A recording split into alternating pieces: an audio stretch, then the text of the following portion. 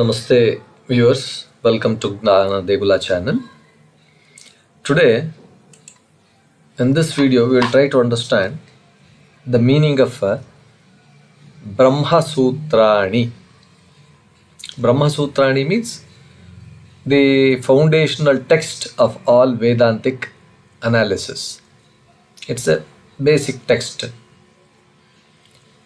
So Brahma-Sūtrāṇi is a fundamental text in Vedanta philosophy. Of course, the author is Vyasa, is also known as Bādarāyaṇa.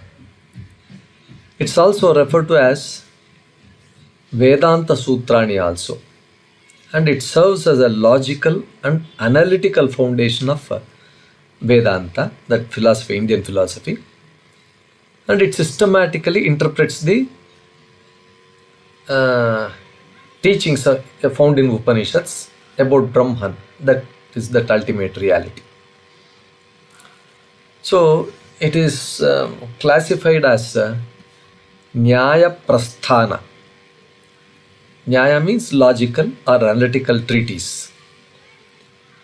Within the Traya Prasthana, that is Prasthana-Traya, they call it as three primary scriptures of Vedanta. So these three Prasthana-Trayas are Shruti Prasthana. Shruti means Upanishads which reveal the highest truths directly. That is Shruti Pramana, Shruti Prasthana. Then you have this Smruti Prasthana. Smruti means it is the Bhagavad Gita, which elaborates on Upanishadic teachings. And you have the third one called as Nyāya-Prasthāna, the Brahma Sutras, which analyze and logically establish Vedantic principles. Thus, the structure of these Brahma Sutras are like this. The Brahma Sutras are written in very crisp. The style, the sutras are short, cryptic aphorisms. Sutras, that very short, brief, very briefly, that convey deep philosophical truths in a highly condensed form, abbreviated form, very highly abbreviated. So there are about 555 sutras, aphorisms, divided into 4 chapters. Chapters means Adhyaya is called as a chapter, each of which further contains 4 sections. Chapters and padas. Padas means 4 sections. The 4 chapters of Brahma Sutras are, one is called as Samanvaya Adhyaya, establishes that Brahman is the sole subject of matter in the Upanishads. In all the whatever that is, it establishes that Brahman is the sole subject. It is the only subject. Then you have that Avirodha Adhyaya. It refutes opposing views and proves that Vedanta is free from contradictions. So whatever that statements that are contradicting, trying to contradict, it refutes all those kinds of things. It imagines itself and then refutes those things. Then you have this Sadhana Adhyaya, which discusses the means, sadhana, to realize Brahman. How one should accomplish this through meditation, through renunciation, through all various stages, various steps and stages, all those things. It speaks of that. Then you have this last called as Phala Adhyaya. Phala means fruit, the ultimate result of realizing Brahman, which is liberation, which is moksha. These are all the 4 padas, 4 chapters. So the most important features of this Brahma-Sūtrāṇi are, one is Nyaya Vichara, logical reasoning. It very systematically proves Vedantic truths using reasoning. There's no ambiguity, there's no crisscrossing and all this thing. It is very systematic. Then it clarifies Upanishadic teachings.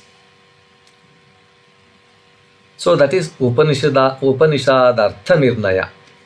Upanishad Artha Nirnaya. It organizes and presents Upanishadic ideas very clearly, one by one. This is. Then you have this Purva Paksha Nirashana. That means refutation of opponents. Purva Paksha. It refutes non-Vedic or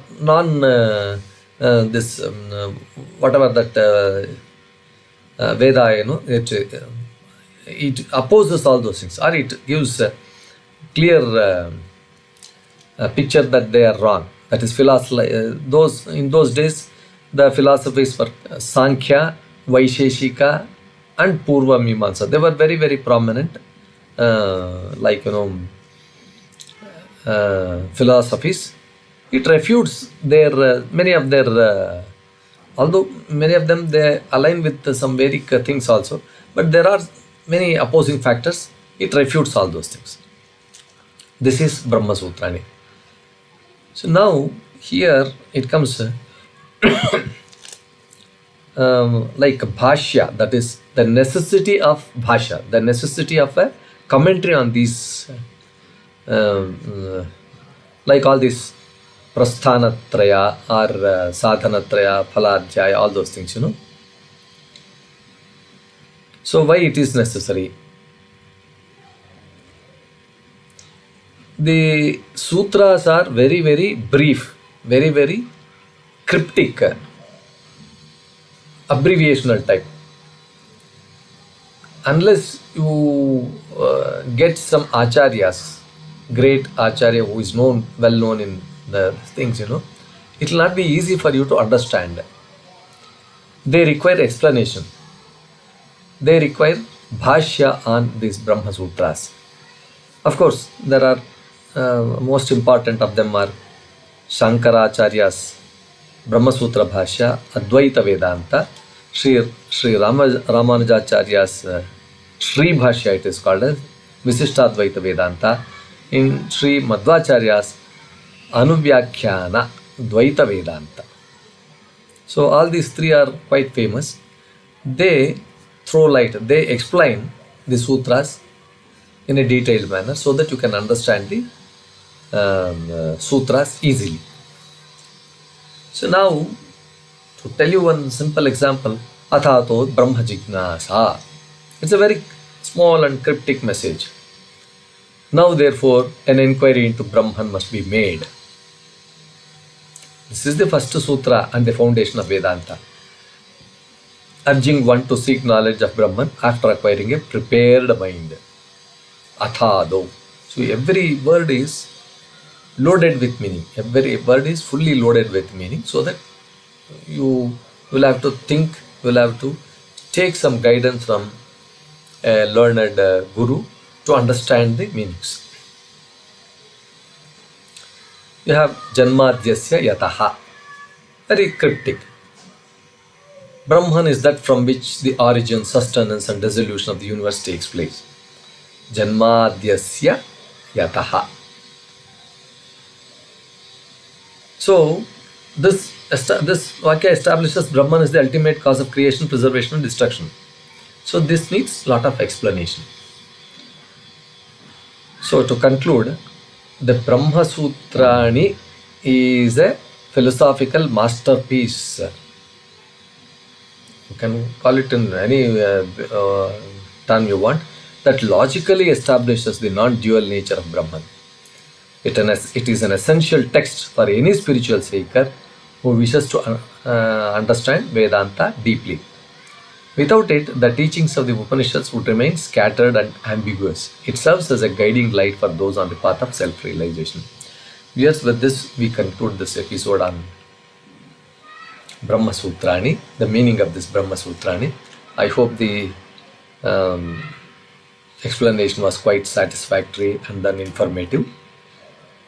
As a mark of your having gone through this video, please like, share and then subscribe to my channel. Please spread this by sharing through your contacts. I also request you to make a comment. Please put your comments in the comment box. Thank you, viewers.